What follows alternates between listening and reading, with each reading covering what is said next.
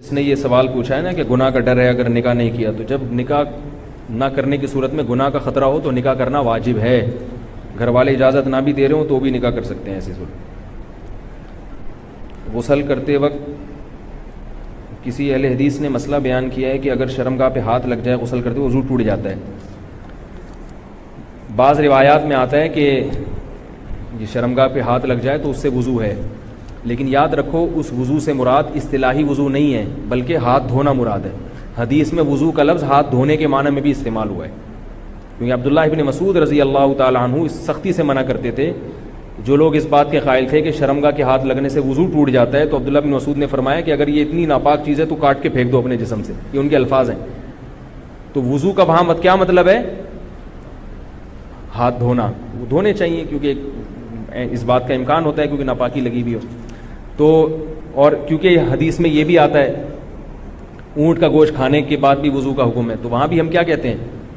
مسئلہ اختلافی ہے. بعض ائمہ اس کے قائل ہیں، امام شافعی اس کے قائل ہیں کہ شرمگاہ کو ہاتھ لگنے سے وضو ٹوٹتا ہے. اس میں کسی اہل حدیث پہ طنز کرنا جائز نہیں ہے. تو مسئلہ چونکہ اختلافی ہے، جب اختلافی مسئلہ ہوتا ہے تو اگر کوئی ایک قول پر عمل کر رہا ہے تو ٹھیک ہے. تو میں یہ بتا رہا ہوں کہ ہم اس روایت کو کیوں نہیں لیتے. اس کی وجہ یہ ہے کہ یہاں وضو سے مراد ہے اصطلاحی نہیں بلکہ، اور اس کے بہت سارے قرائن ہیں، لیکن ابھی چونکہ وقت بہت زیادہ ہو گیا تو اس لیے میں اس کی زیادہ ڈیٹیل میں نہیں جاؤں گا. اچھی طرح سے استنجا کرنے کے بعد جب جا کر بیٹھتا ہوں تو محسوس ہوتا ہے کہ پیشاب کے قطرے نکل گئے ہیں 1 2. تو حضرت ایسے میں کوئی قوما تو لگا دیا کریں جہاں لگانا ہوتا ہے. حضرت ایسے میں ناپاکی ہو جاتی ہے یا نہیں، جبکہ یہ میرے ہاتھ میں نہیں ہے؟ اس سے بھی عذاب قبر ہوتا ہے؟ تو بھائی دیکھو، جب پیشاب کر لیں نا، پیشاب سے فارغ ہو جائیں تو تھوڑی دیر اطمینان سے بیٹھے رہیں، ٹھیک ہے نا.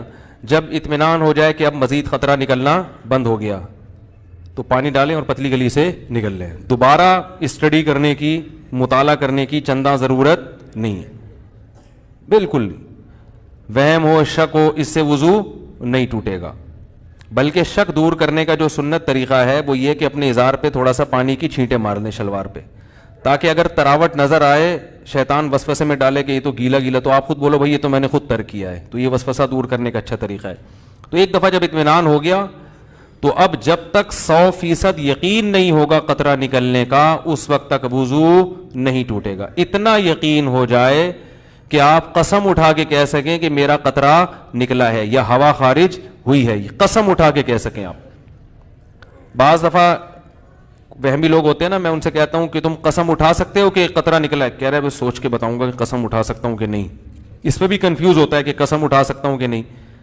تو میں نے کہا یہ اس کی علامت ہے کہ نہیں اٹھا سکتے، کیونکہ اتنا یقین ہوتا تو فوراً قسم اٹھاتے. دیکھو ابھی سورج نکلا ہوا ہے، فوراً قسم اٹھا کے ہم کہہ سکتے ہیں اللہ کی قسم سورج نکلا ہوا ہے. اس میں کنفیوز نہیں ہوتا انسان. تو جب تک اتنا یقین نہ ہو جائے کہ پیشاب کا قطرہ نکلا ہے یا ہوا خارج ہوئی ہے، اس وقت تک وضو آپ کا باقی رہے گا. لیکن وہمیوں کو بات سمجھ میں نہیں آتی، یہ پھر بھی کنفیوزڈ ہی رہیں گے یہ.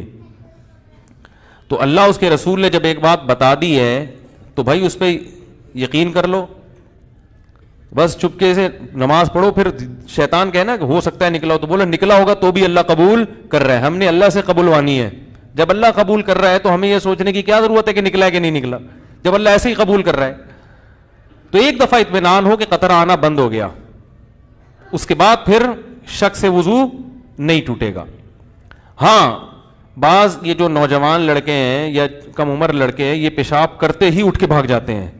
تو پیشاب کرنے کے کچھ وقت تک تو بہرحال تری نکلتی ہے، تو ایک دم سے بھاگ گئے تو اس سے شلوار بھی ناپاک ہوگی، وہ جگہ بھی ناپاک ہو جائے گی.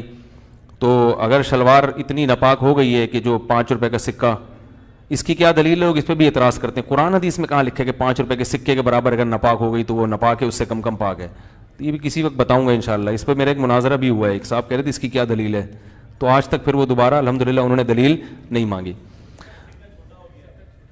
5 کا سکہ تو چھوٹا ہو گیا، صحیح کہہ رہے ہیں بھائی. وہ پرانا والا سکہ رائج الوقت نہیں، پرانا سکہ جو ہتھیلی کی گہرائی کے برابر ہے. صحیح کیا آپ نے، اچھا ہوا لقمہ دے دیا آپ نے.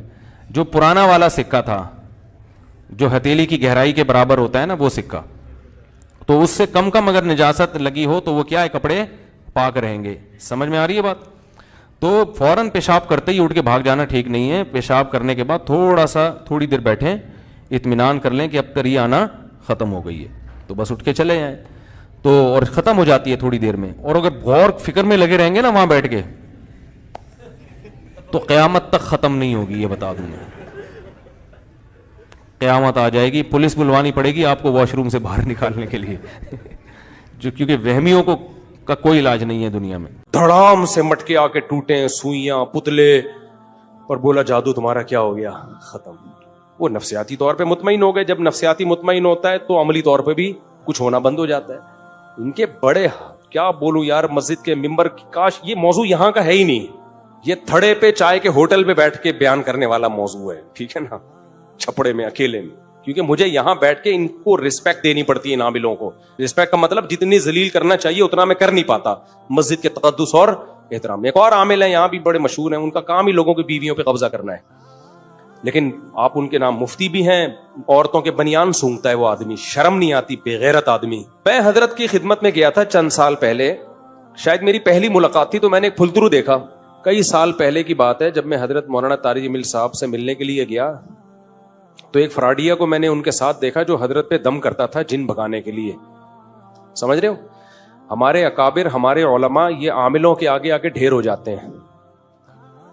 تبھی میں کہتا ہوں نا, میں اپنے بڑوں کو, حضرت مولانا طارق جمیل صاحب بھی ہمارے بڑوں میں سے ہیں, بزرگوں میں سے, ہم علم میں, تقوی میں اپنے آپ کو ان کی خاک کے برابر نہیں سمجھتے, لیکن یہ عامل لوگ سب کو بے وقوف بناتے ہیں, چاہے شیخ الحدیث ہو, چاہے رائیونڈ کے مقیمین میں سے ہو, چاہے کسی بزرگ کے خلیفہ ہوں.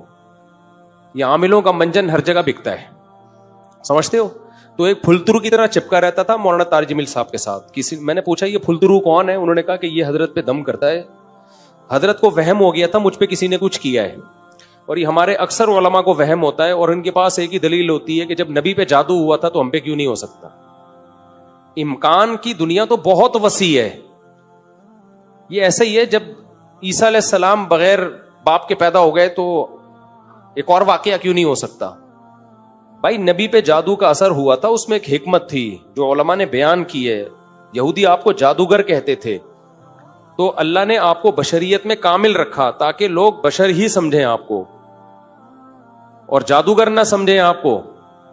تو اللہ نے تھوڑا سا اثر ہونے دے دیا, ورنہ اتنی اندھی لگی ہوئی ہوتی تو ابو بکر پہ کیوں نہیں ہو گیا, عمر پہ کیوں نہیں ہو گیا, عثمان پہ کیوں نہیں ہو گیا, علی پہ کیوں نہیں ہو گیا رضی اللہ عنہم. یہودی یہی کرتے رہتے بیٹھ کے سارا دن. تو اتنا نہیں کھاتا چل رہا یہ جادوگروں کا اور عاملوں کا. ویسے بھی یاد رکھو, مشہور لوگوں پہ نظر لگنے کا امکان بھی تقریباً ختم ہو جاتا ہے, اور جن چڑیل بھوت کے اثرات بھی ان پہ ختم ہو جاتے ہیں. تقریباً ناممکنات میں سے ہے کہ کسی مشہور آدمی پہ جن چڑھے یا جادو کا اثر ہو.